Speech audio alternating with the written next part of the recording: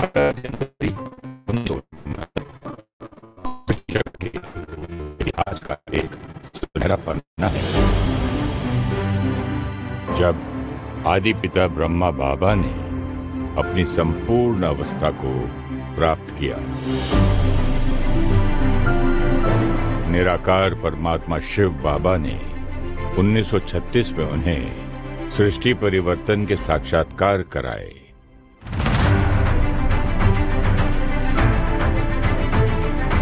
और उनके तन का आधार ले संस्कार परिवर्तन के ज्ञान से सतयुगी सृष्टि की स्थापना का कार्य शुरू किया।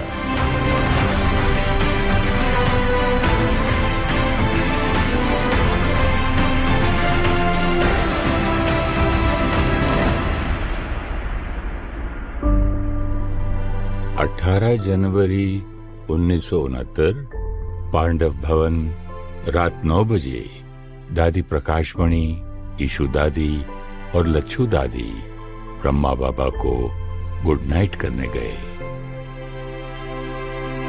बाबा बिल्कुल साइलेंस में थे। बाबा पलंग पर आगे होकर बैठे। दादी प्रकाशमणि सामने खड़ी थी। बाबा ने दादी का हाथ पकड़ा और अलौकिक दृष्टि देते रहे। दादी को ऐसा लगा जैसे उनके अंदर लाइट की करंट, कोई पावर आ रही है। बाबा कुछ नहीं बोले, लेकिन दादी को लगा कि बाबा कह रहे हैं, बच्ची, मैं सदा साथ हूं और सदा साथ रहूंगा। दादी को बाबा लाइट दिखाई दिए। फरिश्ता रूप बाबा का हाथ हल्का होने लगा। बाबा, बाबा। कमरे में डीप साइलेंस था, जैसे कि सब वतन में है। बाबा की आंखें खुली थीं। दादी का हाथ पकड़े हुए बाबा वतन की ओर उड़ चले।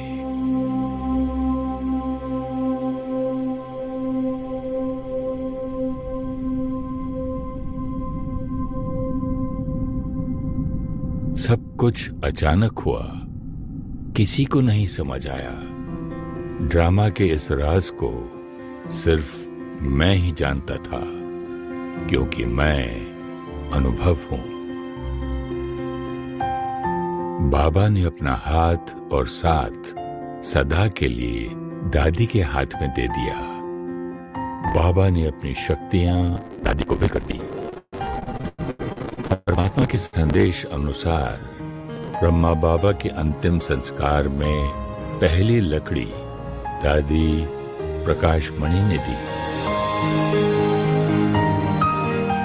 परमात्मा शिव बाबा ने संदेश दिया, जो होता है उसमें कल्याण है।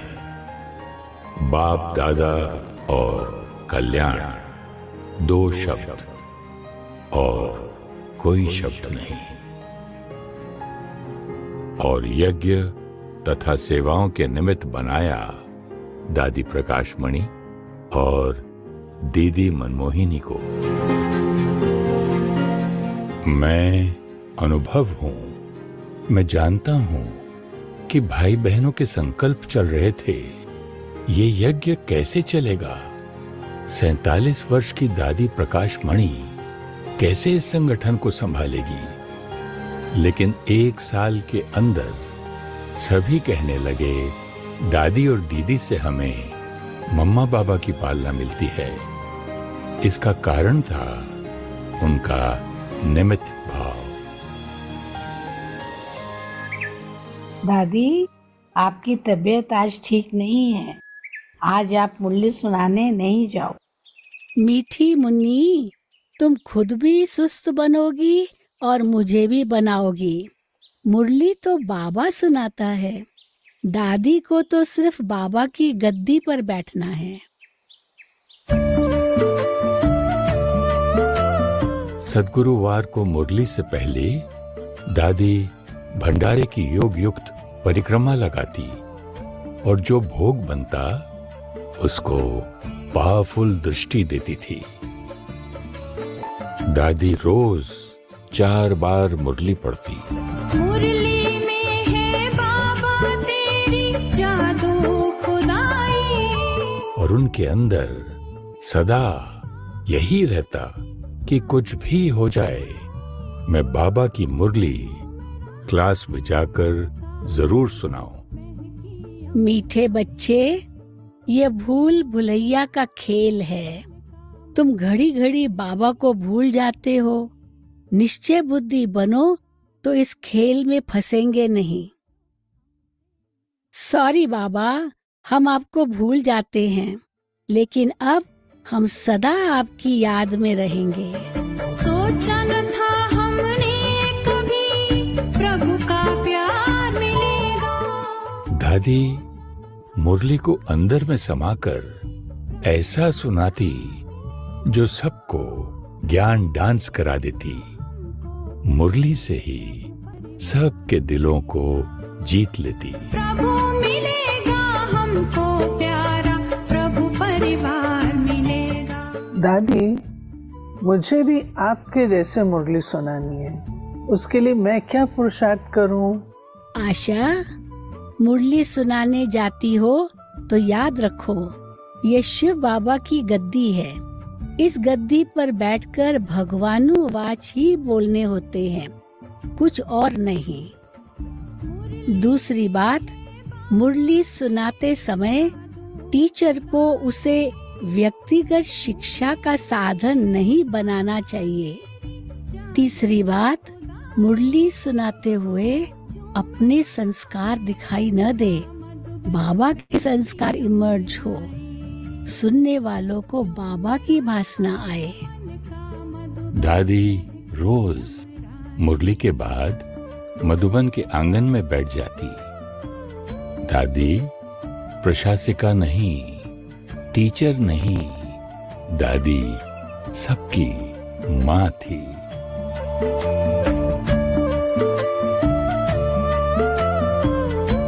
दादी से जो मिलना चाहे सहज ही मिल सकता था। दादी का लक्ष्य था हर आत्मा बाबा से जुड़े और बाबा पूरे विश्व में प्रत्यक्ष हो जाए।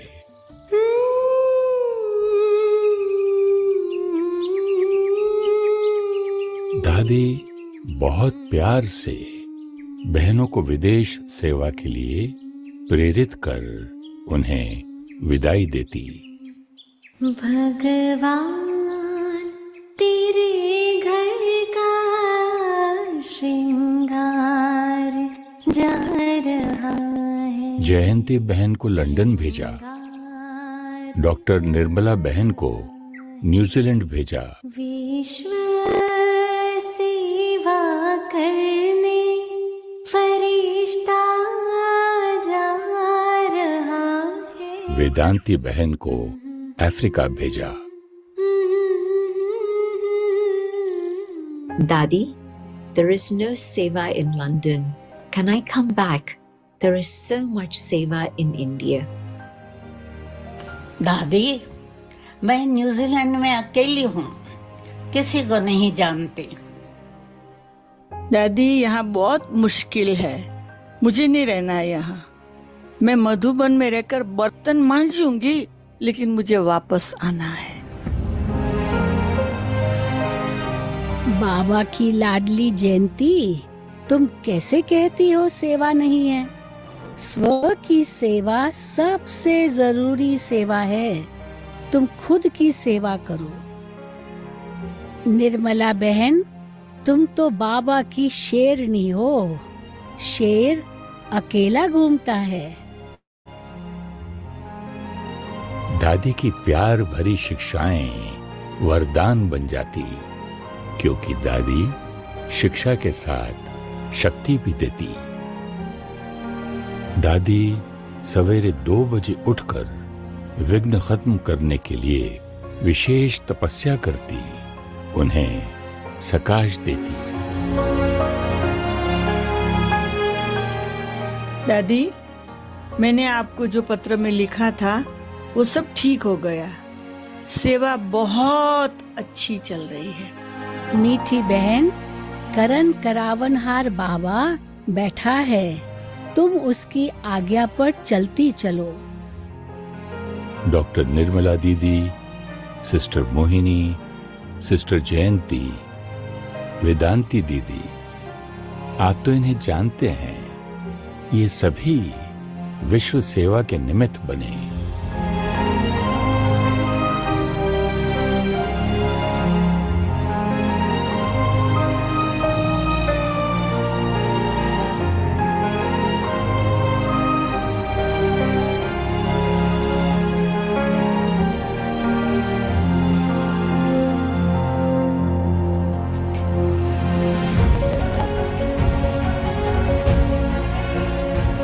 और आज 140 देशों में लाखों भाई बहनें गृहस्थ में रहते हुए ब्रह्मचर्य, सात्विक भोजन, मुरली अध्ययन, योगी जीवन जीते हैं। विश्व सेवा का आधार रहा त्याग और तपस्या। मोहिनी, ये बताओ, ईश्वरीय पढ़ाई के कितने सब्जेक्ट्स हैं और नंबर 1 सब्जेक्ट कौन सा है? दादी, ज्ञान, योग, धारणा और सेवा। नंबर 1 सब्जेक्ट तो ज्ञान हुआ। अगर बाबा से योग न हो तो ज्ञान बुद्धि में बैठेगा नहीं, धारणा होगी नहीं, और सेवा करेंगे लेकिन सेवा का प्रभाव नहीं पड़ेगा। तो नंबर 1 सब्जेक्ट हुआ योग। मोहिनी, तपस्या ही तो परिवर्तन का आधार है। दादी, कल अमृत वेले आप चेक करो कौन कौन माया की गोद में सोए हुए हैं। सवेरे 5 बजे दादी और मोहिनी बहन घूंघट निकालकर लाइट हाउस भवन की सीढ़ी चढ़ने लगी।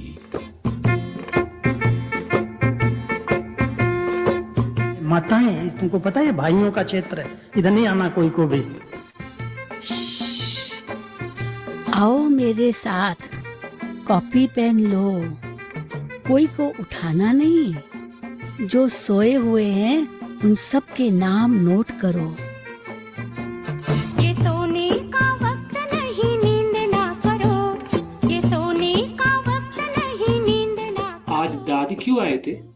आज तो पक्का डांट पड़ेगी। अब क्या होगा? सब भाइयों में हलचल हो गई। मुरली के बाद दादी ने सभी जिनके नाम नोट हुए थे उन्हें बुलाया। आओ आओ, बैठो। आज नक्की लेक पर चक्कर लगाने गए थे? हाँ जी दादी।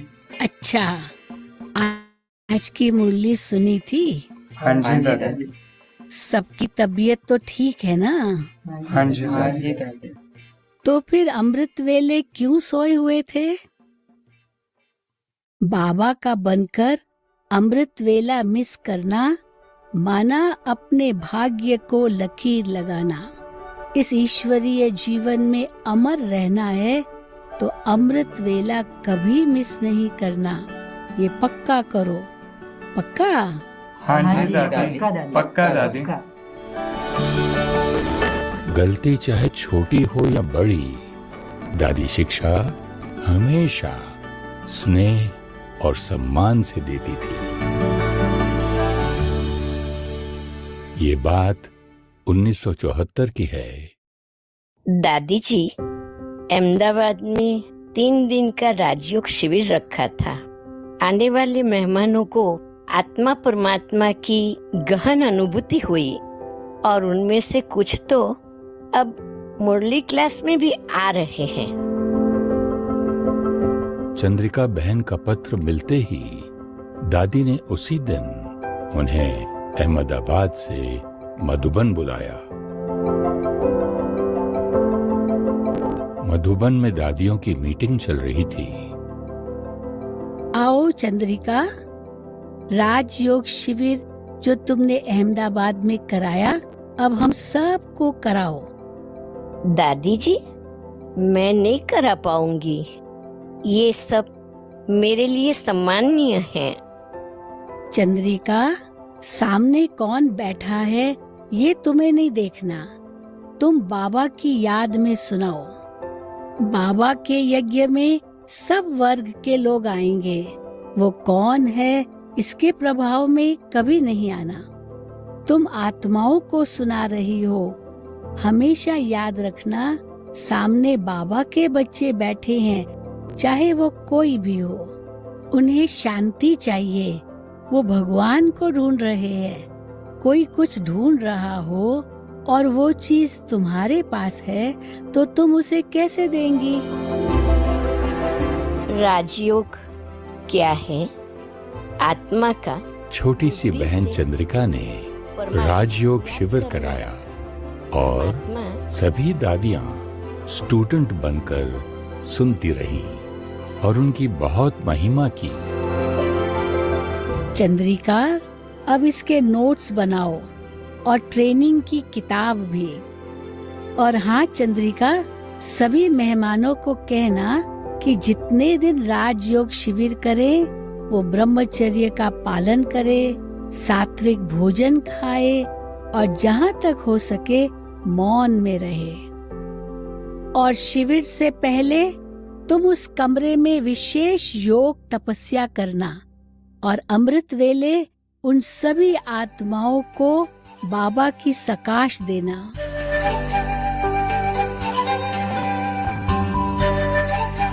राजयोग शिविर मधुबन और सारे देश में शुरू हो गए। शिवता का सत्य ज्ञान एक दुनिया नहीं लाएगा। और धीरे धीरे परमात्मा के लाखों बच्चे नियमित रूप से मुरली सुनने लगे। घर घर में पहुंचाएगा। योगी बनो, पवित्र बनो। दादी ने मधुबन में टीचर्स ट्रेनिंग शुरू की और बहनों में इतना बल भर देती कि वो अपना जीवन यज्ञ सेवा में समर्पित कर देते। आज भारत में 4500 राजयोग सेवा केंद्र हैं। पिता का सत्य ज्ञान एक दुनिया नहीं लाएगा, एक दुनिया नहीं लाएगा। आत्म जागृति का संदेशा घर घर में पहुंचाएगा, घर घर में पहुंचाएगा। योगी बनो, पवित्र बनो। और 12,000 समर्पित भाई बहनें सेवा केंद्र संभाल रहे हैं। दादी एक ऐसी लीडर थी जिसने कोई फॉलोअर्स नहीं बनाए, उन्होंने सिर्फ लीडर्स बनाए। तुम्हें क्या बताऊं वहाँ क्या हो रहा है? वहाँ के भाई बहन कुछ कहते क्यों नहीं? कौन सुनेगा? ये सब तो चलता रहता है। बहनों, आप आज की मुरली रिवाइज कर रही हो या सेवा के नए प्लान्स बना रही हो? बड़े उमंग उत्साह से चर्चा हो रही है। बहनें क्या जवाब देंगी? बाबा की, यज्ञ की व परिवार की निंदा करना ये महापाप है। हमारे दूषित संकल्प और बोल यज्ञ में विघ्न डालते हैं। कोई बात है तो दादी को बताओ और उस बात के लिए विशेष योग करो। उन आत्माओं को सकाश दो। ये यज्ञ परमात्मा का है, हम सबको मिलकर इसकी संभाल करनी है। हम सब यज्ञ रक्षक है ना?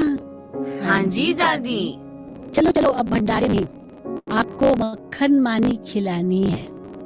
दादी किसी की खामी को बुद्धि में नहीं रखती थी। अभी अभी शिक्षा दी और अगले पल मन चित स्वच्छ, जैसे कुछ हुआ ही नहीं था। 1977 में दादी विदेश सेवा पर गई थी। अपनी सहेली के निमंत्रण पर दादी न्यूयॉर्क गई, जब वहां कोई सेवा केंद्र नहीं थे।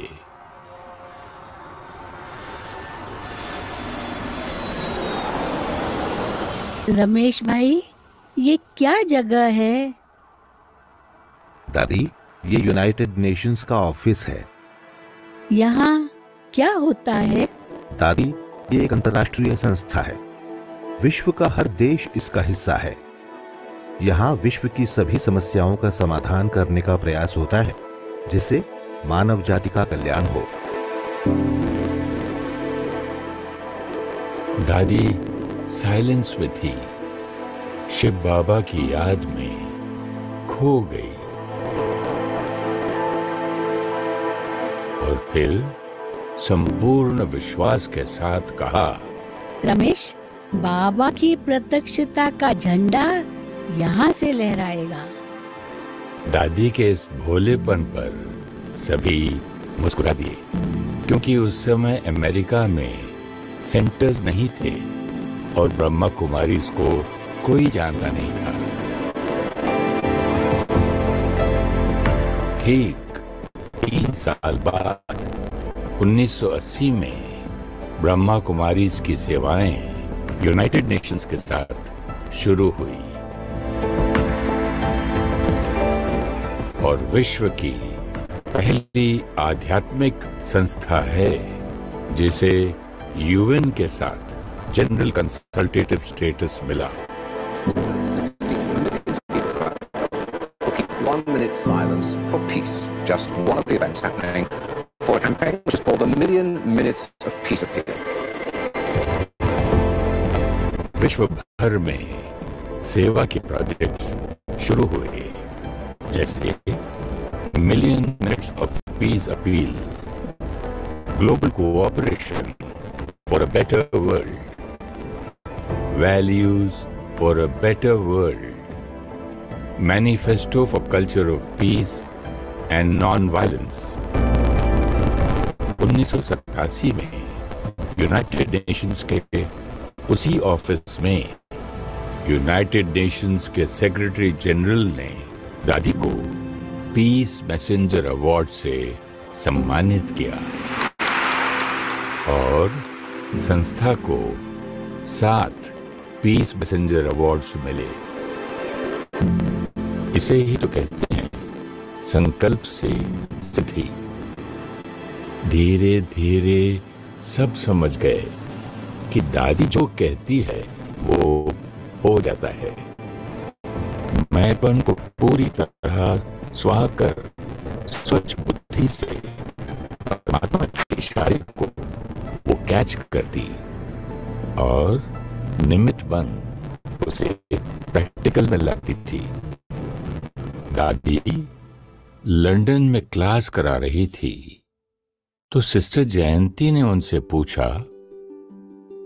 Dadi, what is your special attention on this spiritual journey? दादी, आपका विशेष पुरुषार्थ क्या है?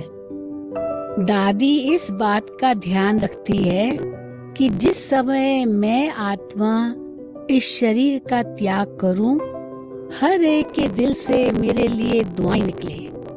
उसके लिए मैं ध्यान रखती हूँ कि मैं हर एक को सुख दूं, हर एक मुझसे संतुष्ट हो। But how do we do that? दादी, ये कैसे संभव होगा? एक को याद करो, रिमेम्बर गॉड। दादी के उन शब्दों में उनके जीवन की सच्चाई भरी हुई थी। 18 साल के एंथनी ने दादी की उस एक लाइन से परमात्मा को अपना जीवन अर्पण कर दिया। और ग्रीस के ब्रदर एंथनी अनेक देशों में सेवा के निमित्त बन गए। उस रात सुदेश दीदी दादी से कमरे में मिलने गई। दादी जी, आप इतना ट्रैवल करती हैं, देश विदेश में कितने स्थानों पर वेदर अलग होता है, दिन रात सेवा करने के बाद आपको अलग स्थान पर जाते नींद आ जाती है? सुदेश, आज का ड्रामा पूरा हुआ, कल साक्षी होकर देखेंगे बाबा क्या करता है। दादी को तो तकिए पर सर रखते ही नींद आ जाती है, बाबा का ये वरदान है। चलिए आज से आप भी ये शब्द कहकर सोइए। आज की ड्रामा की सीन पूरी हुई, देखते हैं बाबा कल क्या करता है। निश्चिंत नींद का अनुभव करेंगे। दादी के चेहरे पर कभी थकावट के चिन्ह नहीं दिखाई दिए। चेहरा सदा फूल जैसा मुस्कुराता रहा। Give peace, take peace, give love, take love, give happy, take happy. ओम शांति, ओम शांति। कनाडा मॉन्ट्रियल में एरिक दादी के बिल्कुल समीप बैठे थे।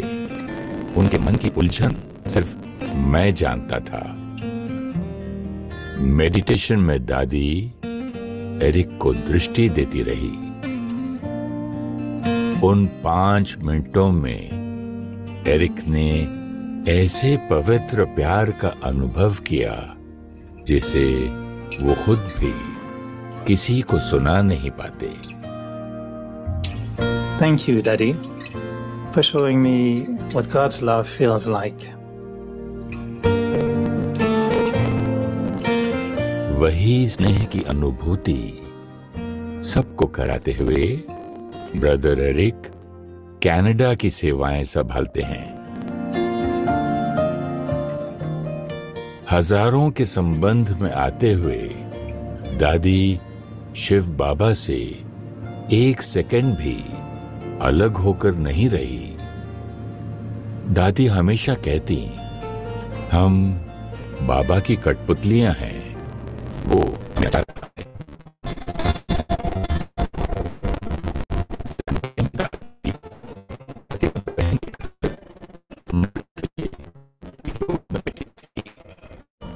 योग के बीच में दादी ने कहा,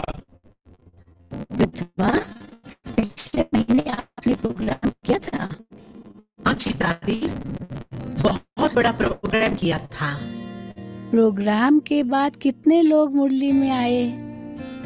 दादी, कोई भी नहीं आया, कोर्स के लिए भी नहीं आए। तुम्हें पता है क्यों नहीं आए? नहीं दादी, प्रोग्राम तो बहुत अच्छा हुआ था। प्रतिभा, सेवा की सफलता का आधार स्थिति होती है। आप सोल कॉन्शियस नहीं थी, आप टीचर कॉन्शियस थी। आप प्रोग्राम इसलिए कर रही थी ताकि जब दादी आए और इतने सारे स्टूडेंट्स देखे तो दादी इस स्थान पर टीचर भेजे। तो आप टीचर कॉन्शियस थी, सोल कॉन्शियस नहीं। प्रतिभा बहन ने उस दिन निस्वार्थ सेवा का अर्थ सीख लिया। स्व अर्थ या सेवा अर्थ। सूक्ष्म में भी कोई इच्छा नहीं, अर्थात कोई स्वार्थ नहीं। ऑस्ट्रेलिया में भाई बहनों के साथ चिट चैट करते हुए ब्रदर चार्ली ने पूछा, Daddy, can you tell us how you manage this huge organization with hundreds of thousands of people, many thousands of centers, and also people speaking dozens of different languages from different cultures and different backgrounds? Daddy, we would love to hear how you manage. दादी, आप इतनी बड़ी संस्था को कैसे संभालती हैं? हजारों सेवा केंद्र, लाखों भाई बहन, वो भी भिन्न भिन्न देश और धर्म के।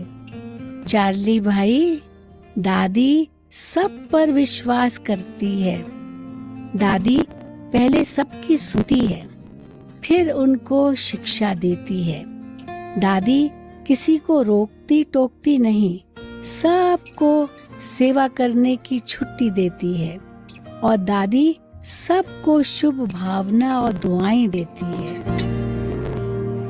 Trust, listen and don't control, 3 शब्दों में हर परिवार और संगठन को जोड़ के रखने की चाबी है।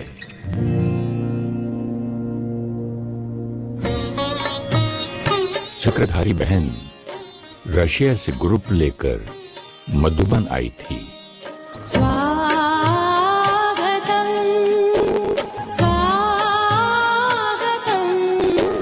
दादी खुद सभी का बाबा के घर में वेलकम करती, जैसे एक माँ अपने बच्चों का करती है।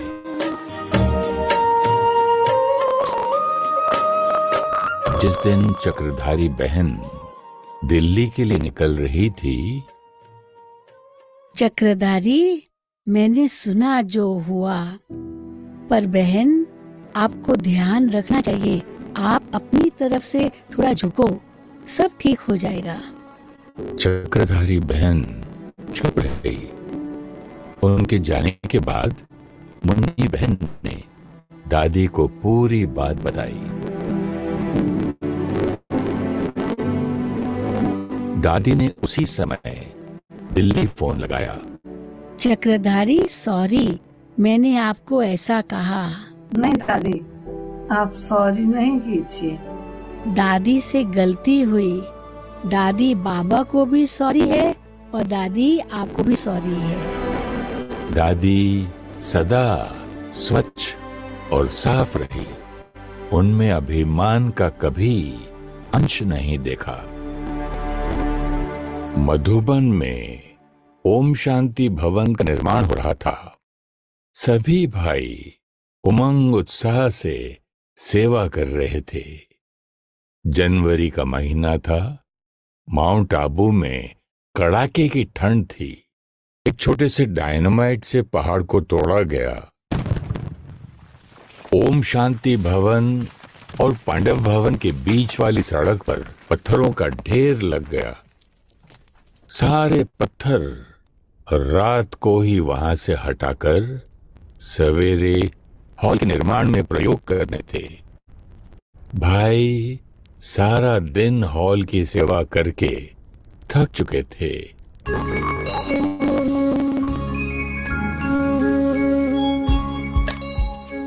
दादी ने खिड़की से देखा तो वो बाहर आ गई, वही मुस्कुराता चेहरा। चलो चलो मीठे भाइयों, हम चेन बनाते हैं।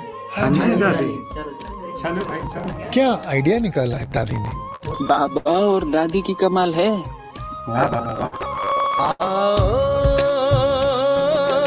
स्वर्ग बनाए मिलकर। दादी चेन में सबसे पहले खड़ी थी। अगर आप उस ठंड में वहां होते तो आपकी भी सारी थकावट खत्म हो जाती, क्योंकि सेवा तो अब खेल बन चुकी थी, जिसमें दादी भी साथ खेल रही थी। जैसी वैसा जीवन, वैसी ही श्रेष्ठ। जनवरी 1983 ओम शांति भवन की पहली यूनिवर्सल पीस कॉन्फ्रेंस में रॉबर्ट मल्लर, यूनाइटेड नेशंस के असिस्टेंट सेक्रेटरी जनरल और कई विशेष अतिथि मधुबन पहुंचे।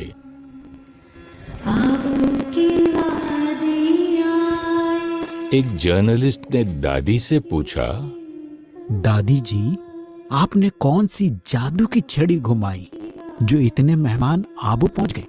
भाई, आप सभी को आपके परम पिता परमात्मा ने अपने घर में बुलाया है।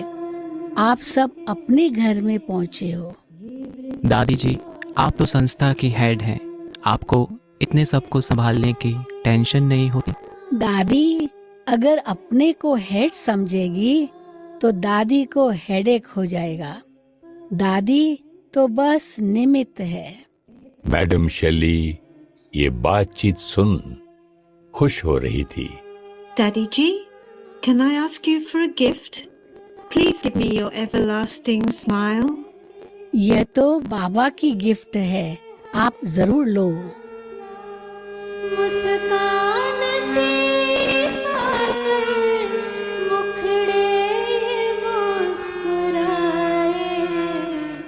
दादी जी सबका ध्यान रखने में जो बाबा सेवा दे वो तुरंत करने के लिए हमेशा एवर रेडी और एक्यूरेट थी।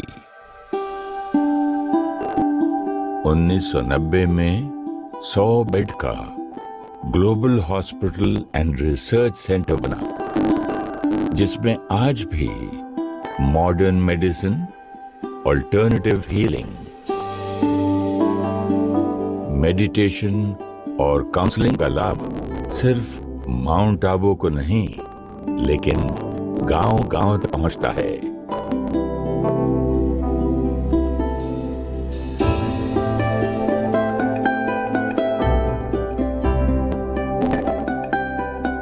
आप सब ज्ञान सरोवर academy for a better world तो आए हैं, जिसका फाउंडेशन स्टोन लगाते हुए राजस्थान के गवर्नर डॉक्टर चन्ना रेड्डी ने सरकार की तरफ से 5 लाख डोनेशन की घोषणा की थी। बाबा के सिखाए हुए नियमों पर चलने वाली दादी एप्लीकेशन देकर डोनेशन लेने के लिए तैयार नहीं थी, लेकिन ये बात गवर्नर को कहता कौन? कहीं सरकार नाराज ना हो जाए, इसका असर प्रोजेक्ट पर ना पड़े। अगले दिन दादी ने गवर्नर को पीस पार्क में चाय का निमंत्रण दिया। उन्हें मालूम पड़ चुका था कि दादी ने उन्हें क्यों बुलाया है। गवर्नर के साथ कलेक्टर, डीएसपी, कमिश्नर भी आए। Today I am going to question Brahma Kumaris very deeply. Gentlemen, I want you to learn as to how they manage their projects.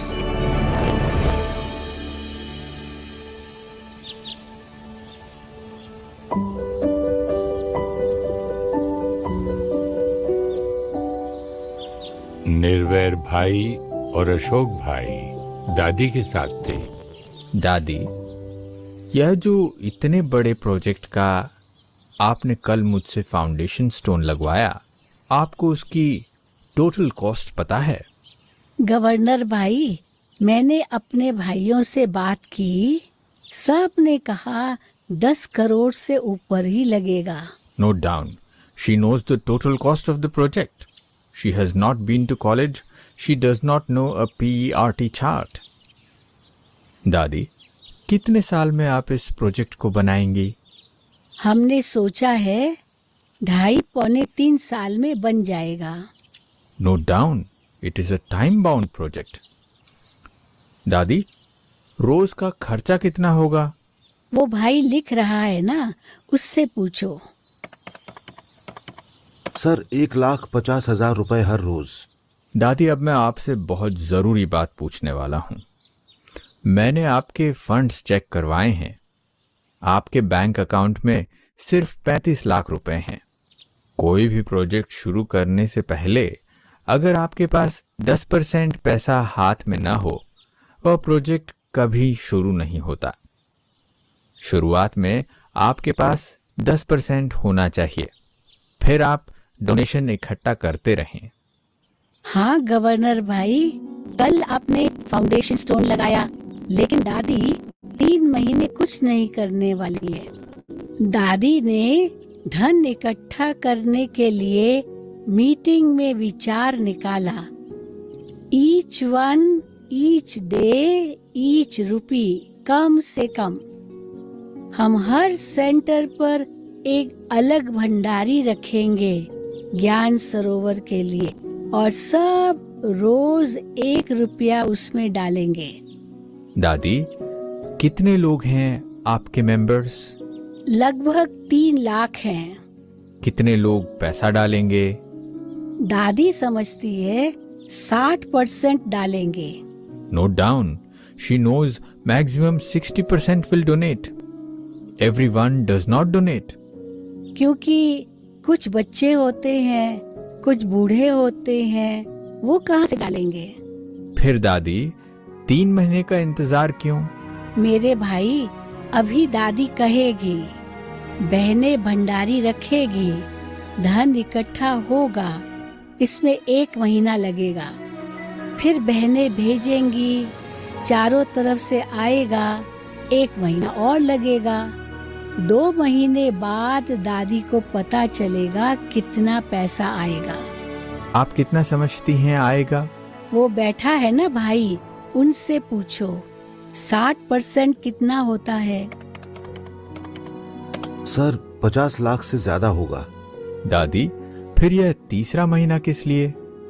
मेरे भाई, 1 महीना आ गया, अगले महीने नहीं आया तो? Note down. She has created a system of generating funds. Then she is going to ensure that the system is working. And then she is going to have funds in the pipeline.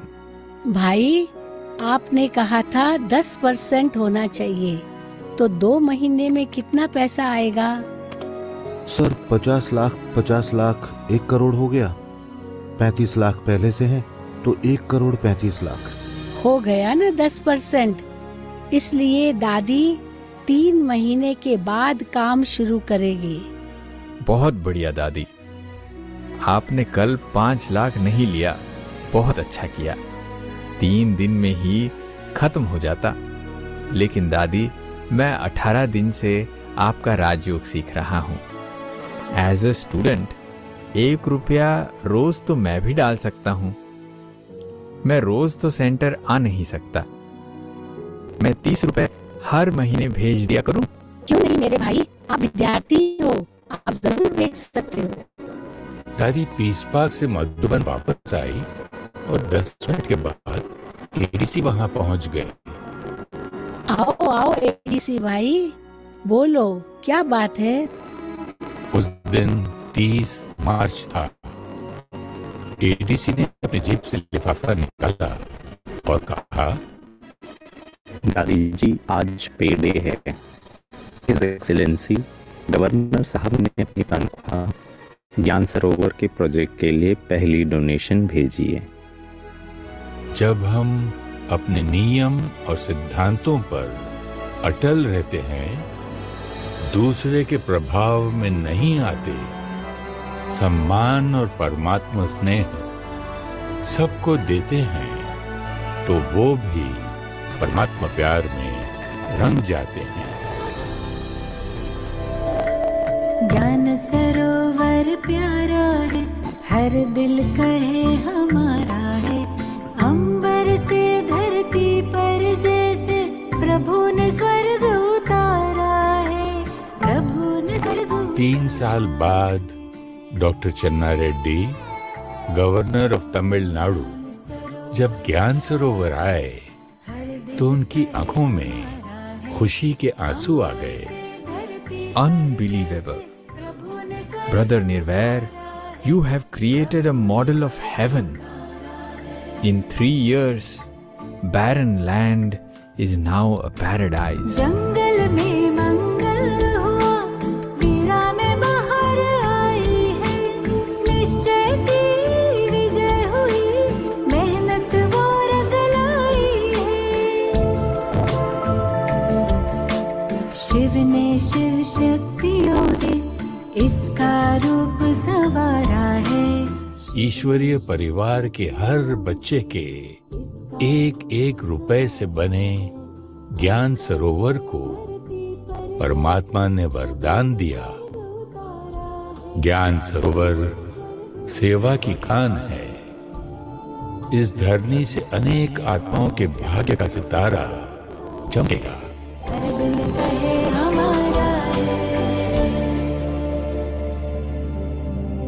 दादी trans में नहीं जाती थी, लेकिन जब बाबा के कमरे में जाती तो बाबा उन्हें संदेश देते और वो उसी नशे और निश्चय से कहती कि आज बाबा ने ये कहा है, ये करना है अथवा ये नहीं करना है।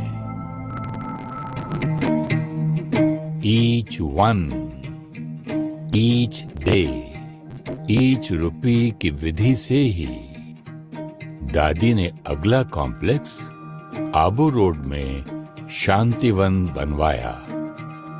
इस भव्य प्रांगण में 20,000 के रहने की और 30,000 के भोजन की व्यवस्था है। दादी, मैं आगरा से पेठा सीख कर आया था। बाबा के भंडारे में पहली बार बनाया है। बैठो रामनाथ भाई, बैठो। दादी, एक भाई आए हैं, आपसे 1 मिनट मिलना चाहते हैं। दादी, ये बाबा की सेवा के लिए है। भाई, आप बाबा के कमरे में बैठो, दादी आपको बुलाती है। रामनाथ भाई, ये ईशु दादी को दे दो और भाई के लिए टोली भी ले आओ। आज सवेरे दादी ने बाबा को कहा था, बाबा आज भंडारी में कुछ नहीं है, इतना बड़ा मकान बन रहा है, आज मुझे इतना चाहिए। देखना, ये उतना ही आया है। दादी ने बाबा को कहा, किसी और को नहीं। रामनाथ भाई को कमरे से बाहर निकलते ही वो भाई मिल गए। भाई, तुम यह पैसा कैसे लाए? दादी ने कहा था क्या तुमको? नहीं नहीं भाई, मेरा मकान बिका था, ऐसा आया था। सवेरे सवेरे अमृत वेले संकल्प आया, इस धन को बाबा के यज्ञ में सफल कर दूं। संकल्प आया तो तुरंत दादी को देने पहुंच गया। शांतिवन का मुख्य आकर्षण है 1 लाख स्क्वायर फीट का डायमंड हॉल, जिसमें 20,000 लोग बैठ सकते हैं। प्रभु मिलन की रुत आई। 1 मई 1996 को हॉल का फाउंडेशन स्टोन लगाया गया। 5 महीनों में छत और दीवारों का 1/3 हिस्सा पूरा हुआ था। डायमंड हॉल के अंदर कोई पिलर नहीं है, छत सेमी सर्कुलर है, इसलिए वो 3 हिस्सों में लगानी थी। चीफ इंजीनियर शरद भाई ने कहा, दादी, आपने जो 8 महीने का लक्ष्य रखा है उसमें यह हॉल बनना असंभव है। 1/3 बनने में ही 5 महीने लगे हैं। मुझे कम से कम 10 महीने और लगेंगे। आप प्लीज डेट एक्सटेंड कर दीजिए। देखो शरद भाई, ये जो 31 दिसंबर की डेट फाइनल की गई है ना, ये हमारा भगवान के साथ वायदा है। ये बाबा ने डेट दी है, दादी इसको बदल नहीं सकती। एक बार डेट फिक्स हो गई, हमें उस पर पूरा करना ही है। अशोक भाई, दादी जी समझती क्यों नहीं है? ये असंभव है। सुनते हैं दादी क्या कहती है। दिन में कितने घंटे काम करते हैं शरद भाई? दादी जी, हम लोग 10 घंटे काम करते हैं। सुबह 8 बजे से शुरू करते हैं, शाम को 6 बजे तक करते हैं। एक दिन में कितने घंटे होते हैं? 24 घंटे दादी जी।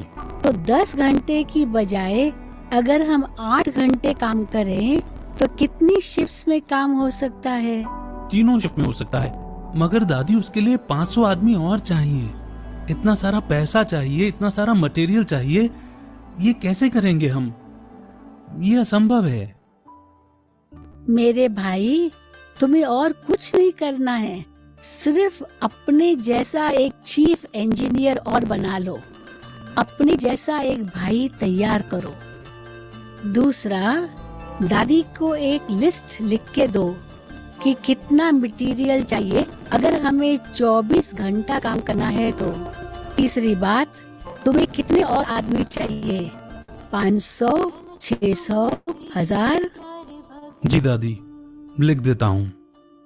एक और बात कहे दादी, ये सभी लोग 24 घंटे काम करेंगे तो छत ही पूरी होगी। भाई, हॉल कैसे पूरा होगा? तो क्या करना है दादी? एक स्टेज की टीम बनाओ, एक फर्श लगाने वाली टीम अलग से बना लो, छत पे जो पतरे लगेंगे उसकी अलग टीम बना लो, और फिर लाइट एंड साउंड वाली टीम अलग बनाओ। ये पांचों टीम बनाओगे, 24 घंटे काम करोगे तो दादी समझती है कि पूरा हो सकता है। दादी जी, तब तो कोई मुश्किल ही नहीं है, हो जाना है। और हाँ, दादी रोज सुबह शाम वहाँ आएगी और सब भाइयों को टोली देगी। सुबह मुरली के बाद दादी आएगी और शाम को 6 बजे जब शिफ्ट बदलेगी तब फिर दादी आएगी। कराने वाला करा रहा है, करनहार हम किए जा रहे। अगले 3 महीने दादी हर रोज 2 बार हॉल में जाती थी, हर एक को दृष्टि देती थी, अपने हाथ से टोली देती थी। दादी हर एक डिपार्टमेंट की प्रोग्रेस पूछती और उनकी हर जरूरत को पूरा करती। करन करावन हार तुम्ही हो, तुम्ही तो करते, तुम्ही कराते। एक ऐसा हॉल जिसके लिए आज भी देश के इंजीनियर्स कहते हैं कि कम से कम 2 साल लगेंगे बनाने में। दादी की दृढ़ता और निमित भाव से 8 महीने में असंभव संभव हो गया। निश्चित की हुई तारीख 31 दिसंबर 1996 को डायमंड हॉल का उद्घाटन हुआ। वाह, जो है सारे जग का मालिक, हम उसके प्यारे बने हैं बालक। और परमात्मा ने वरदान दिया, शांतिवन बाबा के बच्चों की उड़ती कला का एयरपोर्ट बनेगा। ओ झलक तुम्हारी ओ प्यारे भगवान।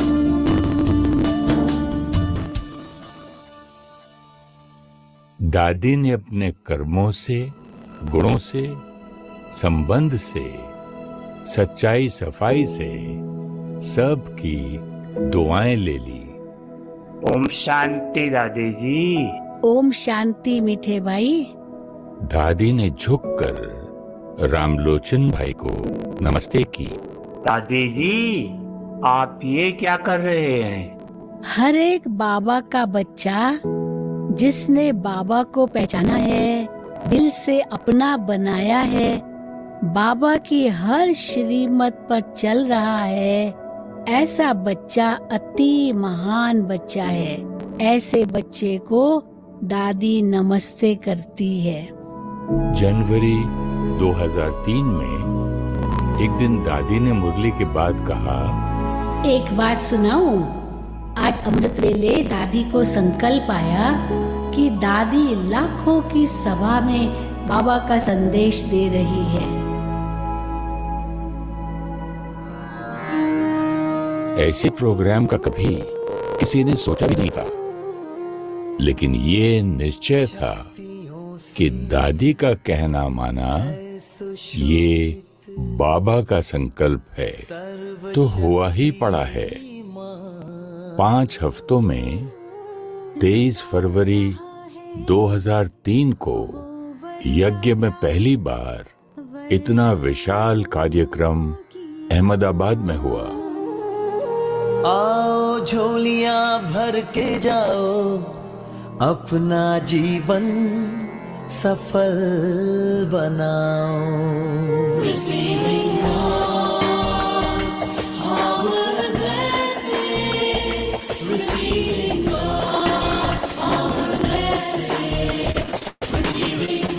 एक लाख का सोचा था, लेकिन 1.5 लाख से ज्यादा मेहमान आए। हर महीने 1 से 3 लाख लोगों के लिए कार्यक्रम दिल्ली, मुंबई, कोलकाता, चेन्नई, हैदराबाद, भोपाल और कई शहरों में सहज रूप से होते गए। परम शक्ति का ध्यान लगा ले, सच्चा सुख है समर्पण में। सबको अनुभव हुआ कि वो खुद कुछ नहीं कर रहे, बाबा करवा रहा है। दादी ने खुद भी अपनी एक एक श्वास, अपना संकल्प, समय सब सफल किया और दूसरों का भी सफल कराया।